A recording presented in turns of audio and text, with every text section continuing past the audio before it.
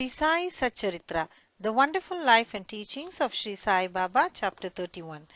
The passing away in Baba's presence of number 1, Sanyaasi Vijayanand, number 2, Balaram Mankar, number 3, Noolkar, number 4, Megha, number 5, the tiger. In this chapter, Hemad Pant describes the passing away of certain devotees and a tiger in Baba's presence. Preliminary. The last wish or thought that a man has at the hour of death determines his future course. Sri Krishna has said in Gita 8:5-6 that he who remembers me in his last moments come verily to me, and he who meditates otherwise at that time goes to what he longs for. We cannot be certain that we can entertain a particular good thought at our last moment, for more often than not, we are more likely to be frightened and terrified by death. Hence, constant practice is necessary for enabling us to fix our mind on any desired good thought at any moment. All saints therefore recommend us to remember God and chant His name always, so that we may not be perplexed or perturbed when the time for departure comes. The devotees on their part surrender themselves completely to the saints, fully believing that the saints would guide and help them in their last moments. A few such cases will be noted here. Number 1. Vijayanand. A Chennai's Sanyaasi named Vijayanand started on pilgrimage to Manasarovar. En route, on hearing Baba's fame, he halted at Shirdi. There he met one Somadevji Swami of Hardwar and enquired from him about the Manasarovar trip. The Swami told him that the Sarovar was 500 miles above Gangotri and described to him the difficulties of the journey, namely plenty of snow and the change of dialect every 50 kos, and the suspicious nature of the local people who give a lot of trouble to the pilgrims on the way. On hearing this, the Sannyasi was dejected and cancelled the trip. Then, when he went to Baba and prostrated himself before him, Baba got enraged and said, "Drive out this useless Sannyasi. His company is of no use." The Sannyasi did not know Baba's nature. He felt discomforted but sat there watching things that were going on. It was the morning darbar and the masjid was overcrowded. Baba was being worshipped in various ways. Some were washing his feet, some taking the tirth or holy water and drinking it heartily, and some touching their eyes with it. Some were applying sandal paste and some scents to his body. And all were doing these things forgetting the distinction of caste and creed. Though Baba got enraged with him, he was filled with affection for Baba and he did not feel like leaving the place. He stayed in Shirdi for 2 days when he got a letter from Chennai stating that his mother was very ill. He felt very dejected and wanted to be by his mother's side. But he could not leave without Baba's permission to return home. The omniscient Baba, knowing the future, said to him, "If you so loved your mother, why did you take sannyas? Attachment makes misuse of an ochre garb. Go and sit quiet at your lodging. Wait with patience for a few days. In the Vada, there are many robbers. Bolt your doors and be very vigilant. The thieves will carry everything. Wealth and prosperity are transient, and the body is subject to decay and death. While knowing this, do your duty, leaving all attachment with the things of this world and next. He who does this and surrenders himself to the feet of Hari or Lord will get free from all troubles and attain bliss. The Lord runs and helps him who remembers and meditates on him with love and affection.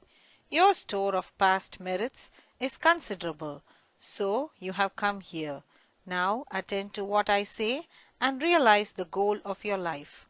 Begin from tomorrow the study of Bhagavad. Do 3 saptahas, that is, 3 readings during 3 weeks conscientiously. The Lord will be pleased with you and will destroy your sorrows.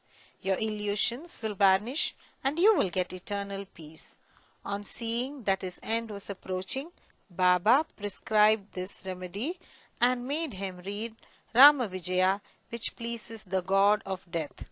Next morning, after bathing and other purifying rites, he commenced to read Bhagavad at a secluded spot in the Lendi garden. He completed 2 readings and thereafter felt much exhausted. He returned to the Vada and stayed in his lodging for 2 days, and on the 3rd day he breathed his last on Fakir Bade Baba's lap. Baba asked the people to preserve the body for a day for a reason. The police afterwards came and on making proper enquiries gave permission for the disposal of the body. It was buried in a proper place with due rites. In this way, Baba helped the Sanyaasi and ensured him Satgadi or salvation. Number 2. Balaram Mankar. There was a householder devotee of Baba by name Balaram Mankar. When his wife passed away, he got dejected and entrusting his household to his son, left home and came to Shirdi and lived with Baba. Being pleased with his devotion, Baba wanted to give a good turn to his life, and he did it in this way. He gave him rupees 12 and asked him to go and live in Machindragad of district Satara. Mankar was first unwilling to go and stay away from Baba, but Baba convinced him that he was giving the best course for him and asked him to practice meditation thrice a day in the Ghat. On believing in Baba's words, Mankar went to the Ghat. He was much pleased with the serenity, pure water, healthy air, and the surroundings of the place and began to practice assiduously the meditations as recommended by Baba. After some days, he got a revelation. Generally, Bhaktas get revelation in their samadhi or trance states, but in Mankar's case, he got it when he came down to his ordinary consciousness from his trance. Baba appeared to him in person. Not only that, Mankar saw him, but he also asked him why he was sent there. Baba replied, "In Shirdi, many thoughts and ideas began to rise in your mind, and I sent you here to bring your unsteady mind to rest. You thought that I was in Shirdi with a body composed of the 5 elements and 3.5 cubits in length. Now you see and determine for yourself whether the person you see here now is the same you saw at Shirdi. It is for this reason that I sent you here." Then, after the period was over, Mankar left the Ghat and proceeded to his native place Bandra. He wanted to travel by rail from Pune to Dadar, but when he went to the booking office to get a ticket, he found it very much crowded. He could not get his ticket soon when a villager with a langoti or a piece of cloth on his waist and kambali on his shoulder turned up and said, "Where are you going?" "To Dadar," replied Mankar. Then he said, "Please take this Dadar ticket of mine, as I have some urgent work here. I have cancelled my Dadar trip." Mankar was very glad to receive the ticket and was taking out money from his pocket when the rustic disappeared in the crowd. Mankar tried to find him out in the crowd, but in vain. He waited for him till the train left the station, but found no trace of him. This was the second revelation Mankar got in a strange form. Then Mankar, after visiting his home, again returned to Shirdi and remained there at Baba's feet, following his bidding and advice. In the end, he was very fortunate to leave this world in the presence of Baba. Number 3. Tatya Sahib Noolkar. Hemant Pant gives no particulars regarding Tatya Sahib Noolkar except the bare mention of the fact that he gave up his ghost in Shirdi. A brief summary of this account that appeared in the Sai Leela magazine is given here. Tatya Sahib was a sub-judge at Pandarpur in 1909 when Nana Sahib Chandorkar was Mamlatar there. Both met often and exchanged words. Tatya Sahib did not believe in saints, while Nana Sahib respected them. Nana Sahib often told him the leelas of Sai Baba and pressed him to go to Shirdi and see Baba. Noolkar finally agreed to go to Shirdi on 2 conditions. Number 1, he must get a Brahmin cook, and number 2, he must get good Nagpur oranges for the presentation. Both these conditions were providentially fulfilled. A Brahmin came to Nana Sahib for service, and he was sent to Tatya Sahib, and a fruit parcel containing 100 beautiful oranges was received by Tatya Sahib, the consignor being unknown. As the conditions were fulfilled, Tatya Sahib had to go to Shirdi. At first, Baba was much enraged with him, but by and by, Tatya Sahib got such experiences that he was convinced that Baba was God incarnate. So he was enamored of Baba and stayed there till his death.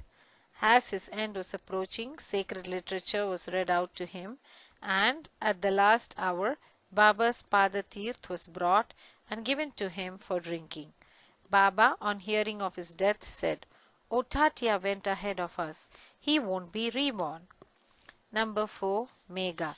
The story of Megha has been already described in chapter 28. When Megha died, all the villagers followed the funeral procession. Baba also accompanied them and showered flowers on Megha's body. After the obsequies were performed, tears flowed from Baba's eyes, and like an ordinary mortal, Baba showed himself overcome with grief and sorrow. Then, covering the body with flowers and crying like a near relation, Baba returned to the masjid. Many saints have been seen giving Sadgadi to men, but Baba's greatness is unique. Even an animal like tiger came to Baba's feet for being delivered from demerits. It is this story which will be narrated now. Number 5. Tiger. 7 days before Baba passed away, a wonderful incident occurred at Shirdi. There came a country cart and stopped in front of the masjid. A tiger was on the cart, fastened with iron chains, with its agonized face turned to the rear. It was suffering from some painful malady. Its keepers, 3 devarshis, had been taking it from place to place and making money by exhibiting it. It was the means of their subsistence. They tried all sorts of remedies to cure it from the malady it was suffering from, but all in vain. Then they heard of Baba's fame and came to him with the animal. They got it down with chains in their hands and made it stand at the door. It was naturally fierce, besides disease-ridden, so it was restless. The people began to look at it with fright and amazement.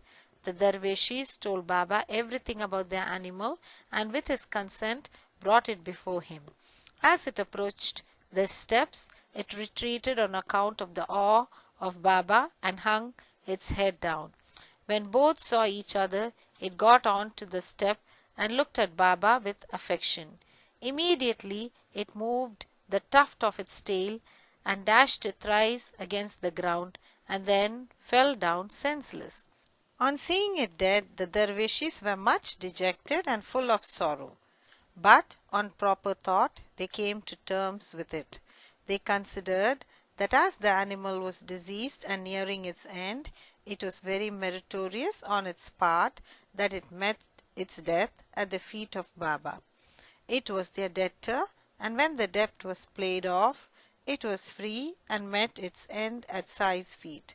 When any creatures bow down their heads at saints' feet and meet death, they are liberated. Unless they have got a good store of merit on their account, how could they get such a meritorious end? Bow to Sri Sai, peace be to all.